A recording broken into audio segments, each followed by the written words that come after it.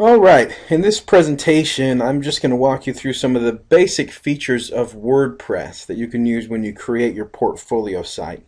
And just so you know, I'm assuming that you've already followed the instructions to set up your WordPress site, and this will be just some of the basics that you can do as you create your site. The first trick that I want to show you is if you look up here in the top of this screen, I've got two tabs open. The first tab I use to actually view my blog here, my practice blog. You can see I've created it here. And then on the second tab, I have the dashboard where I can go and start to create pages and edit those pages and so forth. So this way, it allows me to make any changes here, and then I can come back and actually take a look at whatever changes are here by just clicking the refresh button. So that's how I'm going to proceed here. And the first thing I want to do is just to show you how to create a page on your WordPress site. So I'm going to come over to the dashboard, and I'm coming down to pages. And so you'll notice there are no pages here. I haven't created anything yet. So I'm going to click Add New to add a new page.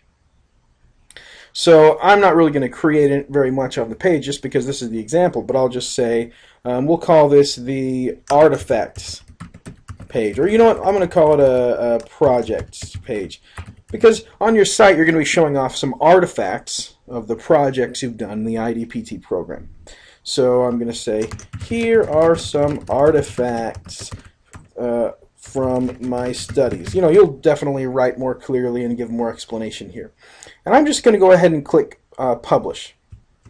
So once I publish this page, it's going to start showing up live on the site. So I'm going to come up here and click on the live part, and I'll just click refresh. Okay, now it has my projects page. I can click on it and it'll show what I've got. Now you'll notice that it has all of these different sharing things, and people can leave comments, and that I don't really like that on my site. So I'm going to go back to that page and I'm going to edit it so that it doesn't have that anymore. So let's see, if I go down to the bottom of the page, I can unclick the sharing and the liking buttons and all that stuff. And so I'm just going to unclick those. I'll come to the top and I'll just click update. And that'll get rid of the like and the share buttons and everything.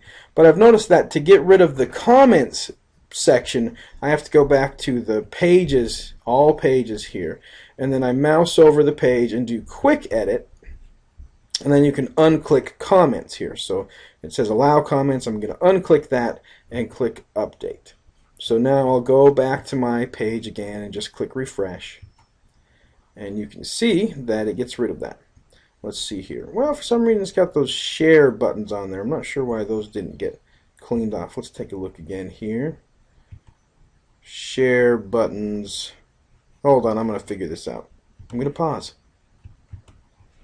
Alright, for some reason I didn't have the share button totally unclicked. So that takes care of it. We'll push update and that should clean up those share buttons. You might want to have those on there, but for me, I like it really clean without those. Okay, so let's go back to editing here. So a few little tricks for when you're actually editing a page. So if I wanted to link to something, I'll say I want to link to Google. You know, whatever it is you want to link to. You're probably not going to link to Google, but you can double click on whatever it is you want to be the link, and then you just come up and click on this little chain link thing here. And so I'm just going to do www.google.com, and then I'll just put Google as the title, and I want it to open in a new window or a new tab, because that'll mean that my WordPress site will just stay on the page. So I'll click add link. Okay, there's the link now. It looks like it'll work. I'll push update, and that should create the link on the page. Let's refresh it to see. There it is. So now you can link to Google or to any other site or link that you have. You might want to be linking to your LinkedIn profile, or maybe you have a blog of some kind. One of the things you'll notice when you start your portfolio site is that this Home tab automatically shows up. But when you click on it, nothing comes up here. It's kind of strange, because then you come back to the page here, or to the dashboard, and if you click on all pages, there's no home page there. So you might be thinking, well, this is really weird. So one of the quirks of WordPress is that it assumes that you want to do some blogging. So I'm going to go to posts here, all posts, right there, and there's no post here. But what it's assuming is that the home button here is where you want people to come to when they come to your blog and or to your site, and they'll see whatever you're blogging about. So you can use this blogging feature if you'd like and post your thoughts on whatever it is that you want to post on, hopefully something related to instructional design or performance technology. But so what you can do if you want to use this home as your about me sort of a page, what you can do is just come and create a post. So I'm going to do add new post, and I'll just type about me, and then I'll write whatever I want to. I am a special guy.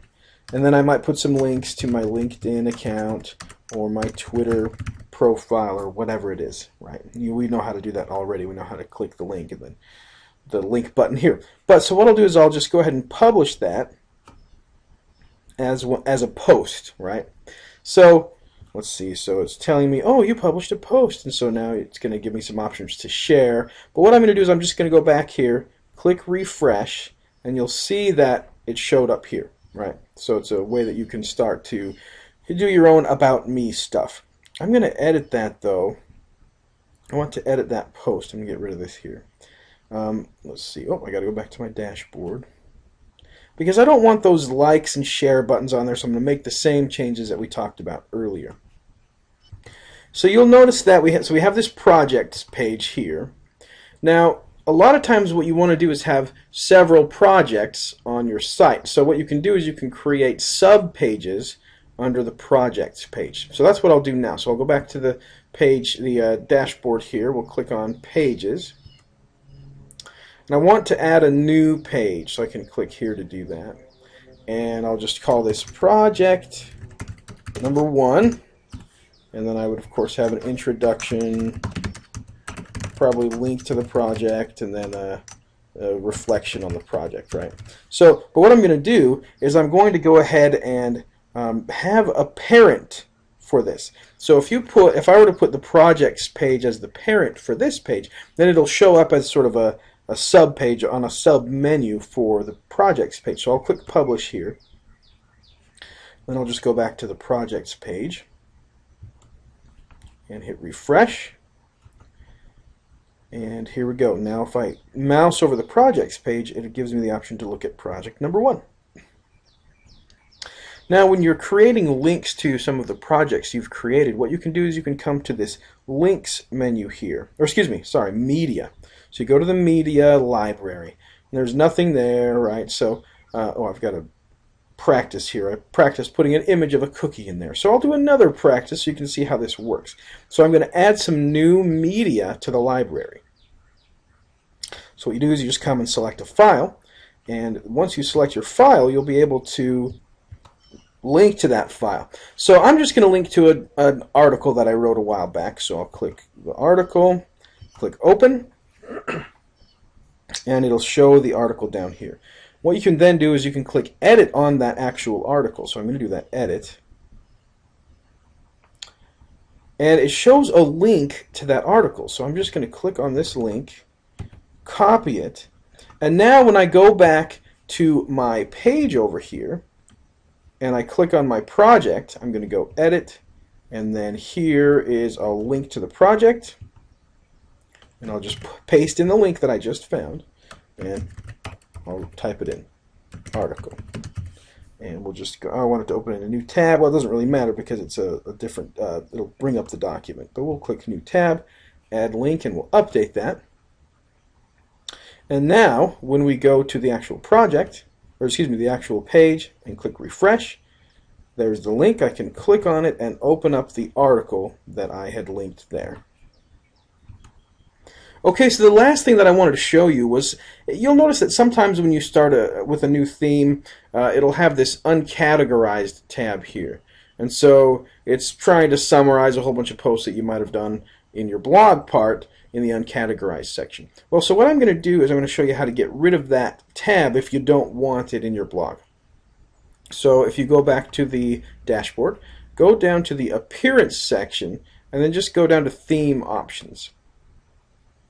So if you click on the navigation section, you can just do hide all categories.